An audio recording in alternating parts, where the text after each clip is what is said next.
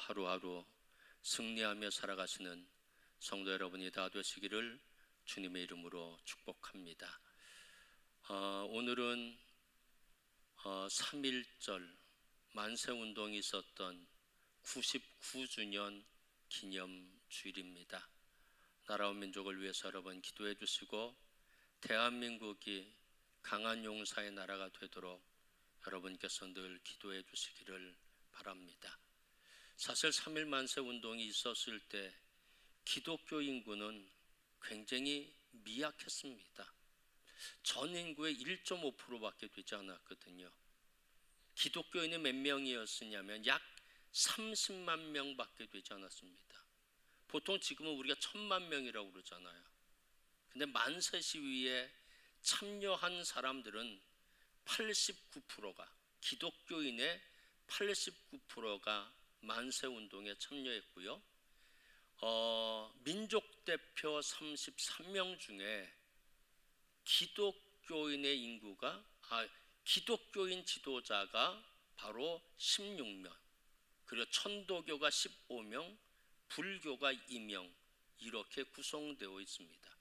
그만큼 기독교가 3.1 운동의 주축적인 역할을 감당했다고 하는 것이고요. 특별히 우리가 잘 알고 있는 유관순 열사는 감리교회 교인입니다.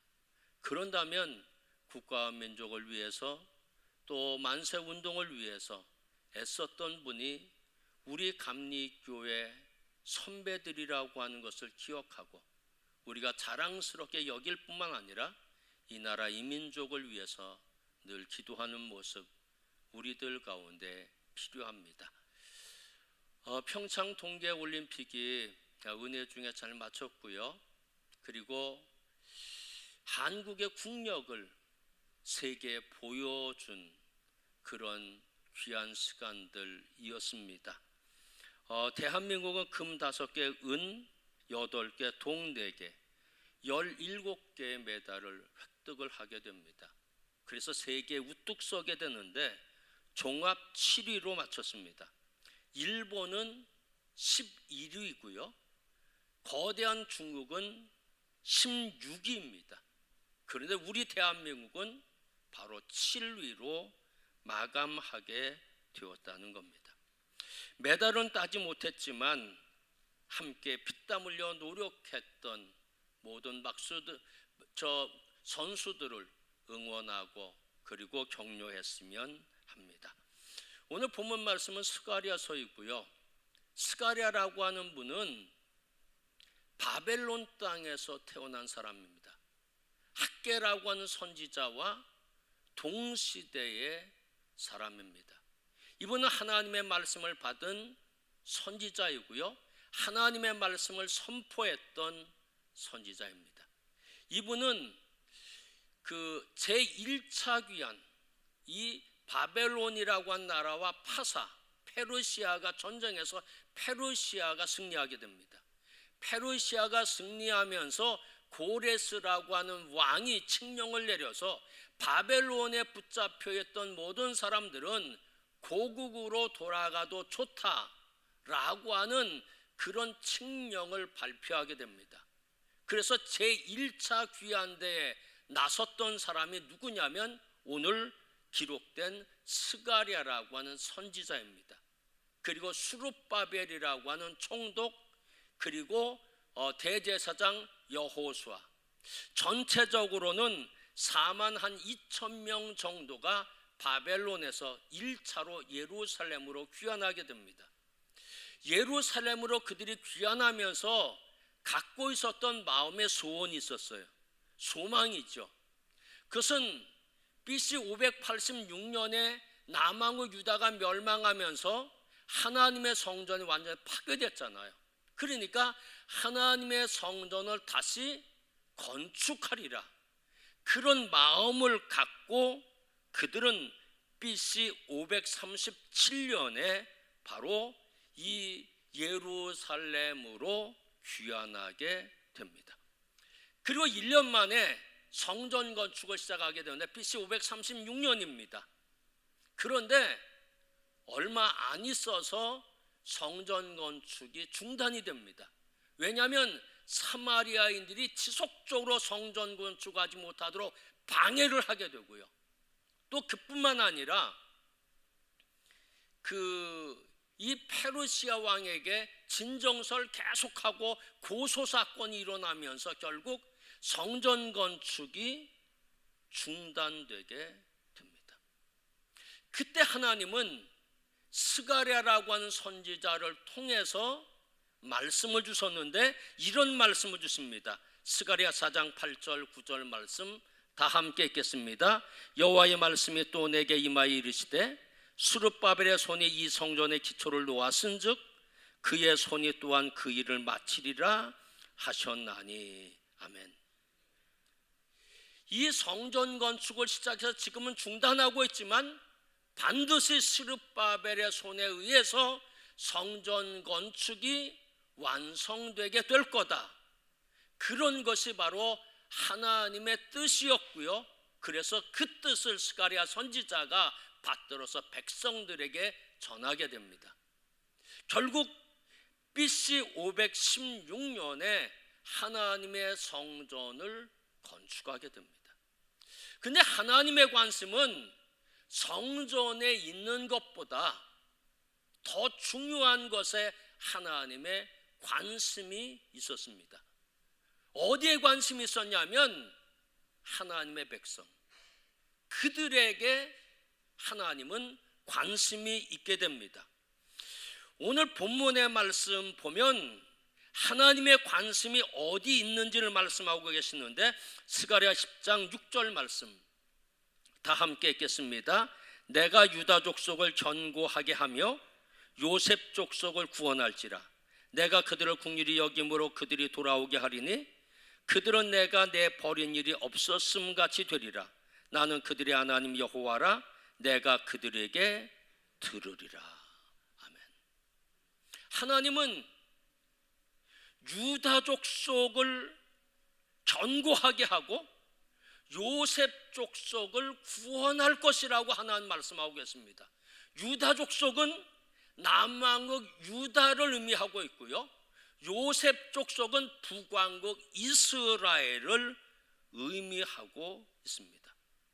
하나님은 모두에게 관심이 있다는 겁니다.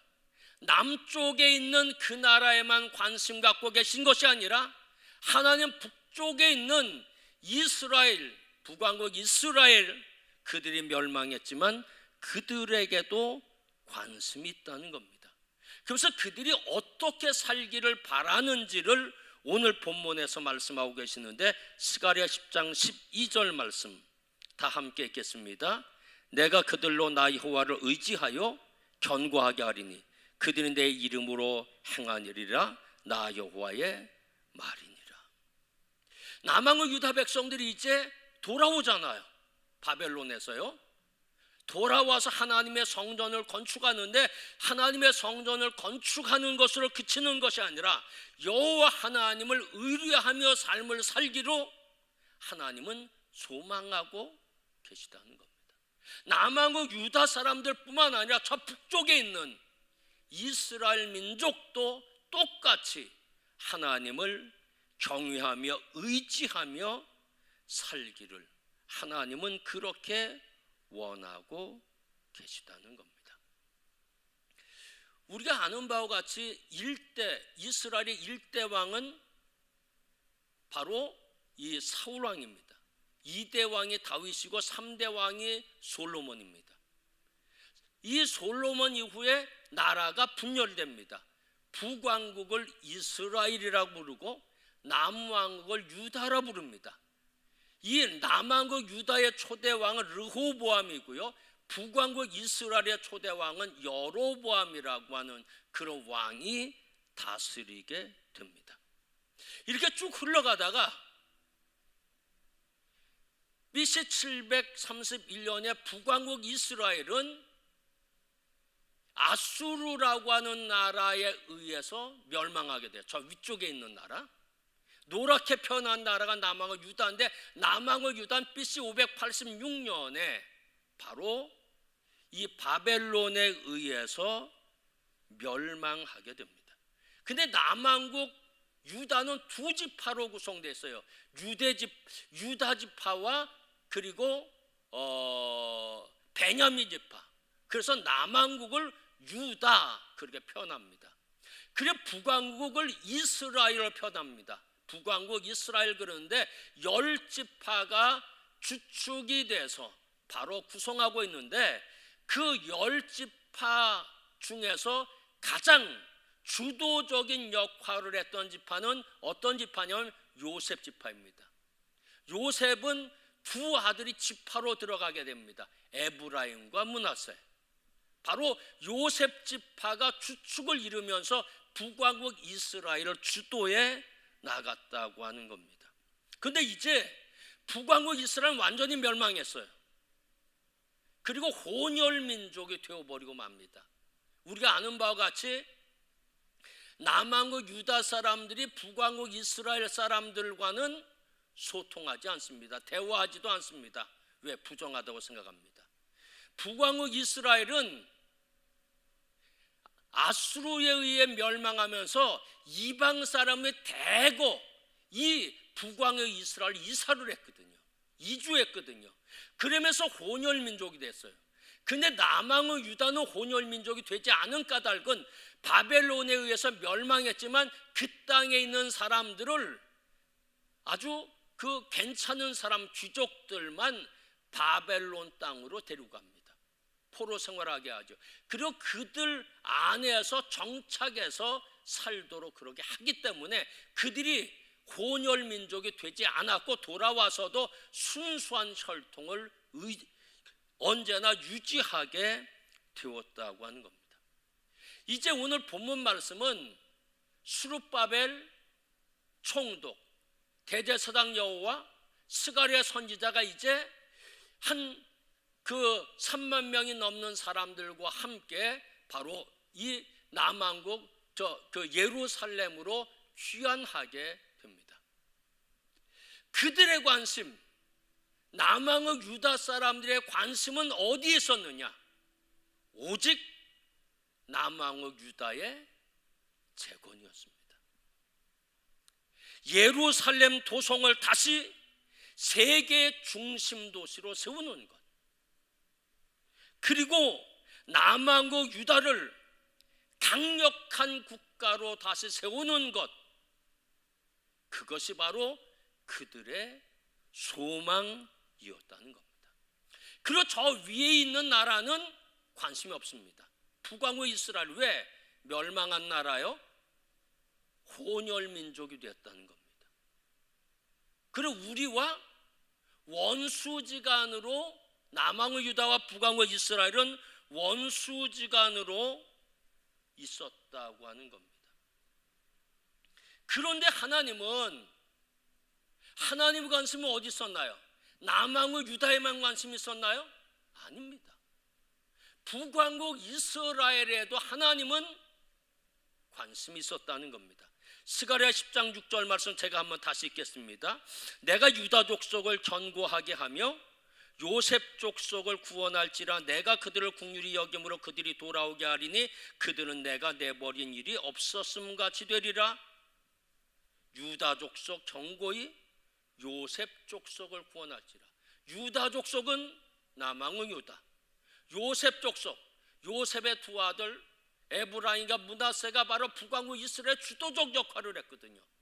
북왕국 이스라엘을 의미하는데 하나님은 한 나라에만, 남쪽 나라에만 관심 갖고 계신 분이 아니라 북쪽에 있는 나라에도 하나님은 관심이 있다는 겁니다. 그러면서 남왕국 유다를 먼저 거론합니다. 유다 족속을 견고하게 하며, 견고하게라고 하는 히브리어 단어는 까바르라고 하는 단어인데 강하게 하다, 승리하게 하다, 그런 뜻을 갖고 있습니다. 여기서 파생된 단어 여러분이 잘 아는 단어입니다. 깃보르라고 하는 단어 있습니다. 깃보르라고 하는 단어는 용사라고 하는 뜻을 갖고 있습니다. 남왕국 유다를 까바르, 강하게 한다는 얘기는 남왕국 유다를 용사 나라가 되게 하겠다고 하는 하나님의 말씀이라는 겁니다. 그럼 왜 하나님은 남한국 유다를 용사나라, 견고한 나라고 하나님 만드시려고 하나요? 그들끼리 잘 먹고 잘 살기 위해서? 아니면 부유를 자랑하기 위해서? 외국 땅의 침략을 받지 아니하도록 하기 위해서 하나님은 그 나라를 견고하게 한다고 말씀하고 계신가요? 아닙니다. 하나님은 그 유다가 축복의 통로, 구원의 통로가 돼서 저 북쪽 땅도 구원하기를 하나님은 원하고 계시다는 겁니다. 하나님의 관심은 남한국, 남쪽에 있는 나라에만 관심이 있는 것이 아니라 북쪽에 있는 나라에도 하나님은 여전히 관심이 있다는 겁니다. 그 나라는 멸망한 나라이지만 하나님은 여전히 그 땅에 관심이 있습니다. 그래서 오늘 본문의 핵심은 유다의 강성함에 있지 않습니다. 남한국 유다의 강성함에 있지 않습니다. 오늘 본문의 핵심은 요셉 지파의 구원, 다르게 표현한다고 하면 북왕국 이스라엘의 구원에 있다는 겁니다. 남한국 유다가 용사나라가 돼서 북왕국 이스라엘을 구원해서 축복의 통로, 구원의 통로가 돼서 그 나라도 예전처럼 회복해서 하나님만을 높이는 신앙의 나라가 되기를 원하고 있다는 겁니다. 이 요셉 지파, 이 북왕국 이스라엘은요 멀리 떨어져 있지 않습니다. 지도 보면 붙어 있거든요. 남한국 유다 노란 표시로 되는 가장 중심 도시 예루살렘입니다. 그리고 베들레헴이 거기 있습니다. 북왕국 이스라엘도 아주 중요한 도성들이 있어요. 우리가 잘 아는 미스바 집회가 있었던 곳, 거기입니다. 북왕국 이스라엘이 있어요. 북왕국 이스라엘에 베델이라고 하는, 야곱이 주님 만난 곳 베델이라고 하는 곳도 바로 북왕국 이스라엘에 있습니다. 예수님의 제자가 많이 나온 곳, 예수님이 자라신 곳 나사렛 땅, 가버나움 다 어디 있나요? 북왕국 이스라엘에 있다는 겁니다. 하나님의 관심은 남쪽에만 있는 것이 아니라 북쪽에도 있다는 겁니다. 그곳이 여호와 하나님만을 신앙하는 나라가 되기를 하나님은 원하고 계신다는 겁니다. 예수님의 제자가 북왕국 이스라엘에서 거의 다 나왔다고 하는 것을 생각한다고 하면 하나님의 마음은 맞는 겁니다. 근데 유다 사람들은요 전혀 저쪽에는 관심이 없습니다. 그 나라는 우리는 상종하지 않, 예수님 때까지도 그랬어요. 사실은 우리는 저 사람들과 상종하지 않겠다. 그래서 예수님이 사마리아 여인에게 물 좀 달라고 하는데 당신이 유대인으로서 어떻게 나에게 물을 달라고 하는, 왜 상종하느냐, 그런 이야기를 하고 있지 않습니까? 왜냐하면 원수처럼 여겼어요. 상극이었어요. 남왕국 유다와 북왕국 이스라엘은 전쟁까지 했거든요. 열왕기상 15장 6절 말씀 다 함께 읽겠습니다. 르호보암과 여로보암 사이에 전쟁이 있으니라. 이 북왕국 이스라엘의 왕, 초대 왕이 여로보암이고 남왕국 유다의 초대 왕이 르호보암입니다. 전쟁이 있었다.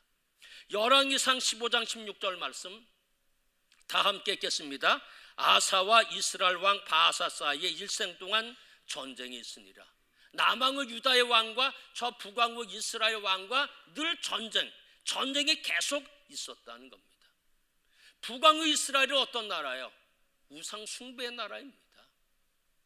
지금 북한처럼 우상 숭배의 나라입니다. 순수한 하나님의 신앙을 다 잃어버렸고요. 예배도 잃어버렸고요. 열정도 잃어버렸고요. 그래서 남왕국 유다 사람들은 그 사람들을 상종하지 못할 사람으로 생각하게 됩니다. 그런데 하나님은 어떻게 생각하고 있나요? 그 땅 사람들을 잃어버렸나요? 잊어버렸나요? 아니라는 겁니다. 하나님의 관심은 여전히 그곳에도 있다는 겁니다. 남왕국 유다를 통해서 그 나라도 구원하시겠다는 것입니다. 스가랴 10장 7절 말씀 다 함께 읽겠습니다. 에브라임이 용사 같아서 포도주를 마심같이 마음이 즐거울 것이요. 에브라임은 북왕국 이스라엘의 지파를 의미하거든요. 북왕국 이스라엘을 말씀하고 계십니다. 그 나라도 용사 같아서 오늘 본문 말씀이 있대 포도주를 마심같이 마음이 즐거울 것이요. 사실 이 에브라임은 혼혈 민족이 됐죠. 나라가 완전히 망했습니다. 그리고 이방 사람이 막 들어와서요, 북왕국 이스라엘 사람들은요 세계로 많이 흩어져서 디아스포라, 흩어진 사람들이 되어버리고 말았습니다. 그리고 이곳저곳에서 노예 생활을 많이 했거든요. 이런 모습으로 얼마 동안에 살았느냐? 스가랴 선지자 때까지 200년 동안에 그렇게 살았습니다. 그러니까 망한 나라죠. 200년 동안이나. 그러니까 물론 저 북쪽에도 북왕국 이스라엘 여전히 사람이 살고 있고 이스라엘 민족 10지파가 살고 있어요. 그런 많이 뿔뿔이 흩어졌고요, 혼혈 민족이 됐고요. 그렇지만 하나님의 관심은 그곳에도 있고 그 땅이 회복돼서 하나님을 섬기는 나라가 되기를 원한다는 겁니다. 오늘 에브라임이 용사 같아서라고 하는 것은 더 이상 과거처럼 무력한 삶을 살지 않을 것이고 하나님의 은혜로 누구보다도 강한 존재들이 될 것이라는 것입니다. 왜 하나님은 용사나라로 만드시려고 하시나요? 왜 하나님은 남왕국 유다를 먼저 용사나라로 만드셔서 북왕국 이스라엘을 구원하시고 그 나라로 견고해서 용사나라가 되게 하시는 이유가 무엇인가요? 그들끼리 잘 먹고 잘 살기 위해서가 결코 아니라고 하는 것입니다. 구원의 통로, 축복의 통로가 되도록 하기 위해서였다는 겁니다. 하나님은 신앙의 조상 아브라함에게 이렇게 말씀한 적이 있습니다. 창세기 12장 2절과 3절 말씀 다 함께 읽겠습니다.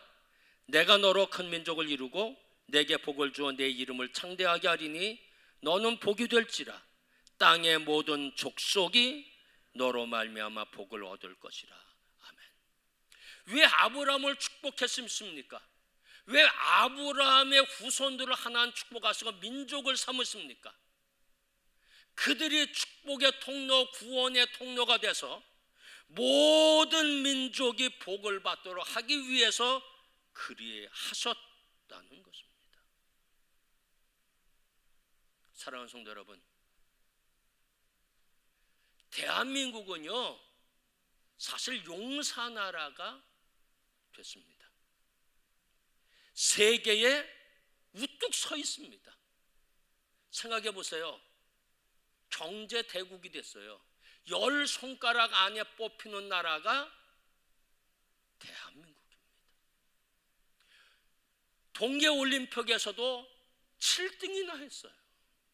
대단한 나라가 아닙니까? 근데 생각해 보세요. 100년 전에는 어땠나요?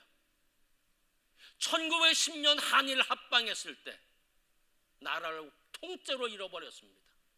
할 수 있는 것이 아무것도 없어요. 정치, 경제, 사회, 조선인들이 할 수 있는 건 아무것도 없었어요. 다 빼앗겨 버렸어요. 뭐까지? 언어까지 빼앗버리고 이름까지도 빼앗겨 버리고 말았습니다. 다 창씨개명이었잖아요. 한일 합방이라고 하는 미명 아래 이렇게 아무것도 할 수 없었던 나라, 이 조선 대한민국 무기력한 나라였다는 겁니다.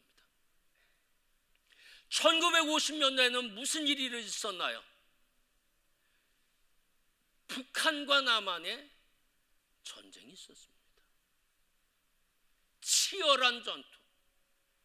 수십만 명이 죽고 수백만 명이 부상당했습니다. 회복될 수 없는 나라처럼 보였다는 겁니다. 제가 어렸을 때 거지들이 얼마나 많았는지 몰라요. 깡통 들고, 군용 깡통 들고 숟가락 하나 하고 집집마다 다 다녔어요. 넝마주의, 그냥 나가면 넝마주의가 수두룩했습니다. 찢어지게 가난한 나라, 배급 타 먹어야 사는 나라. 미국 군인들에게 껌 하나 달라고 했던 나라, 이게 대한민국이에요. 60년 전, 100년 전에 이렇게 가난한 나라가 대한민국, 도저히 일어설 수 없는 나라 같은 나라, 그 거지 나라가 부자 나라가 됐어요. 부자 나라 증거 있어요? 증거 있죠. 다이어트 하잖아요. 가난한 나라에서 다이어트 합니까? 안 합니다. 운동하면서 빼요. 안 먹으면서 빼요. 먹을 것이 지금 냉장고에 가득 차 있어요. 그것만 먹어도 한 달 걸립니다. 부자 나라가 됐어요. 이것은 하나님의 은혜요, 하나님의 축복이라는 겁니다. 일어설 수 없는 거지 나라가 지금 용사 나라가 되었다는 겁니다. 그러면 이제 우리가 해야 할 일이 뭔가요?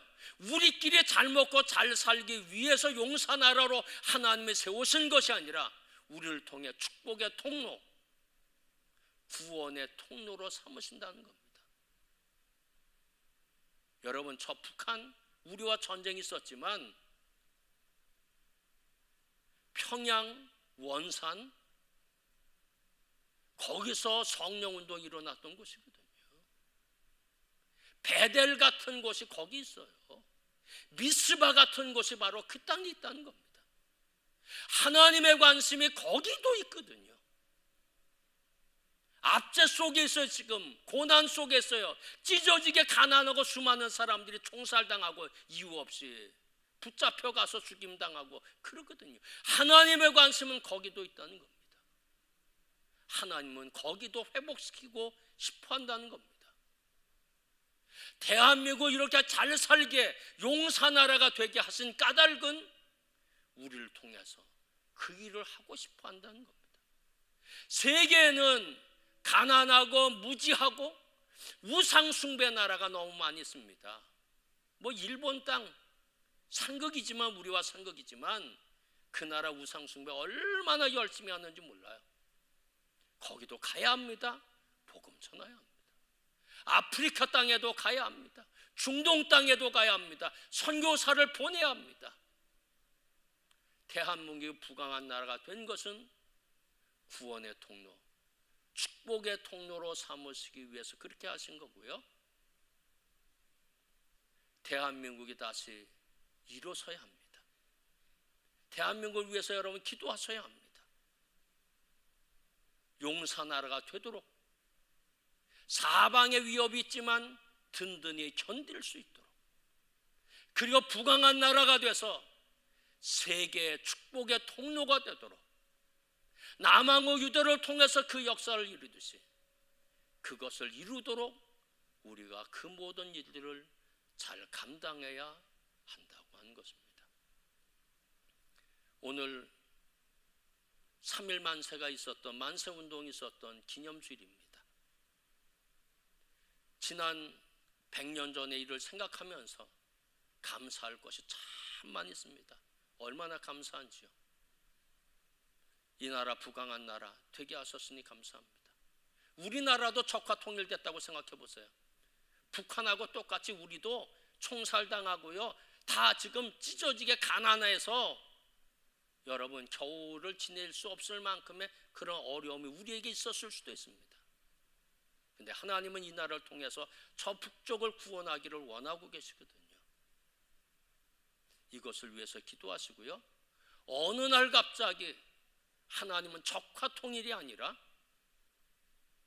남한을 통해서 그 나라를 북왕국 이스라엘을 회복시켰듯이 북한을 회복시키고 통일되는 날이 반드시 오게 될 겁니다. 이것을 위해서 여러분 기도하시고 남한의 용사 나라가 되도록 여러분께서 늘 기도하시고, 그래서 이 남한이 부유한 나라로서 그 책임을 감당하는 나라, 신앙의 나라, 신앙을 수출하는 나라가 되게 도와주십시오. 이것을 위해서 늘 기도하시고 또 그것을 위해 언제나 힘쓰시는 성도 여러분이 다 되시기를 주님의 이름으로 축원합니다. 기도하겠습니다. 하나님 감사합니다. 남왕의 유다를 견고하게 용사나라가 되게 하신 것은 북왕국 이스라엘뿐만 아니라 세계에 영향력을 확대해서 축복의 통로, 구원의 통로가 되게 하신 것처럼 찢어지게 가난한 나라였던 이 대한민국 정말 부강한 나라가 됐습니다.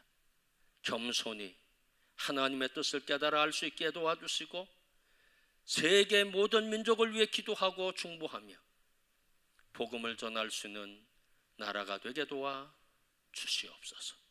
예수 그리스도의 이름으로 감사하며 기도하였습니다. 아멘.